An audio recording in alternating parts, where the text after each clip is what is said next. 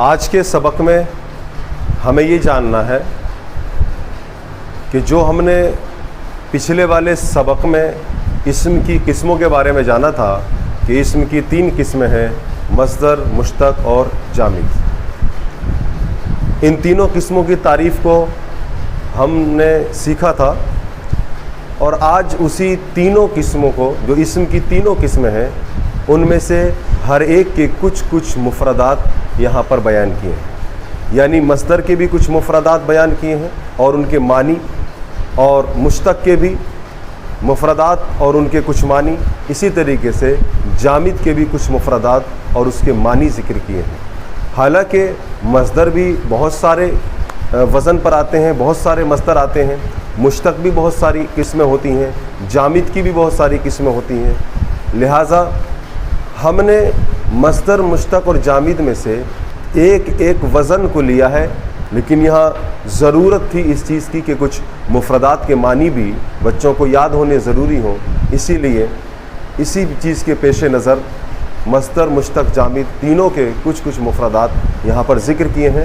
لہٰذا آپ اپنی کاپی پین لے کر کے بیٹھ جائیں اور اس کو اچھے طریقے سے لکھیں، اور لکھ کر کے ان کے معنی ازبر یاد کر لیں، کیونکہ ان معنی کا بہت ساری جگہوں پر استعمال ہوگا۔ آئیے ہم سیکھتے ہیں کچھ اس طریقے سے۔ ہمارے سامنے یہ بورڈ پر لکھا ہوا ہے۔ اسم کی 3 قسمیں کی تھیں، مصدر، مشتق اور جامد۔ یعنی یہ مصدر کے الفاظ ہیں اور یہ مصدر کے معنی ہیں۔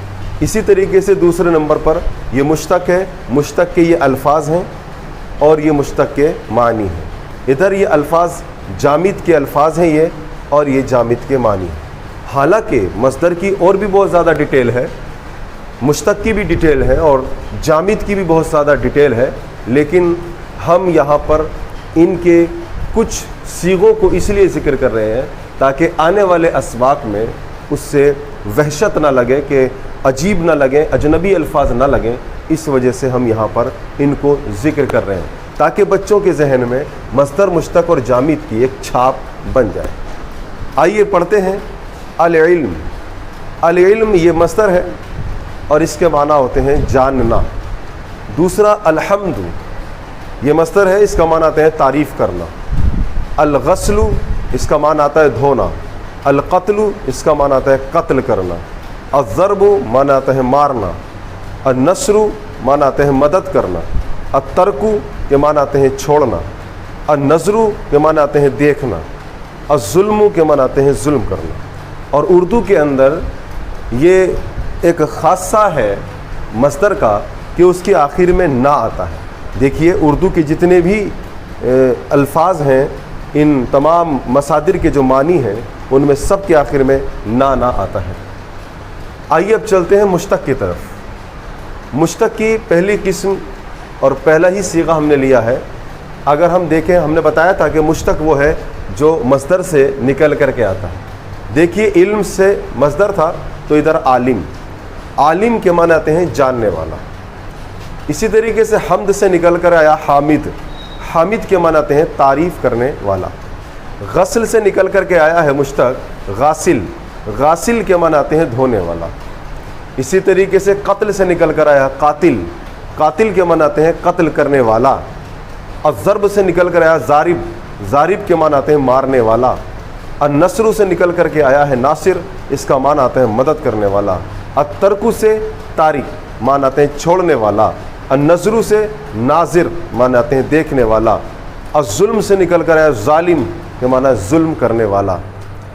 اب یہاں سے ہم نے مصدر اور مشتق کے الفاظ اور معنی کو سمجھ لیا۔ اب جامد جو نہ کسی سے بنتا ہے اور نہ اس سے کچھ بنتا ہے، اس کے بھی کچھ مفردات یہاں پر ہیں اور اس کے کچھ معنی ہیں۔ الرجل کے معنی آتے ہیں آدمی۔ الشاب کے معنی آتے ہیں نوجوان۔ الورق کے معنی آتے ہیں پتا۔ العصیص کے معنی آتے ہیں گملہ یا کنڈا۔ القفص کے معنی آتے ہیں پنجرا۔ المندیل کے معنی آتے ہیں رومال۔ الماء کے معنی آتے ہیں پانی۔ النار کے معنی آتے ہیں آگ، اور الورد کے معنی آتے ہیں گلاب۔ ان کو اچھے طریقے سے یاد کر لیں، کیونکہ یہ قسمیں بھی جب ان قسموں کے الفاظ ہمارے ذہن نشیں ہوں گے تو ہمیں آگے آنے والی جگہوں میں وحشت نہیں لگے گی، وہ الفاظ اجنبی نہیں لگیں گے اور ہمیں پہچاننے میں آسانی ہوگی۔ بس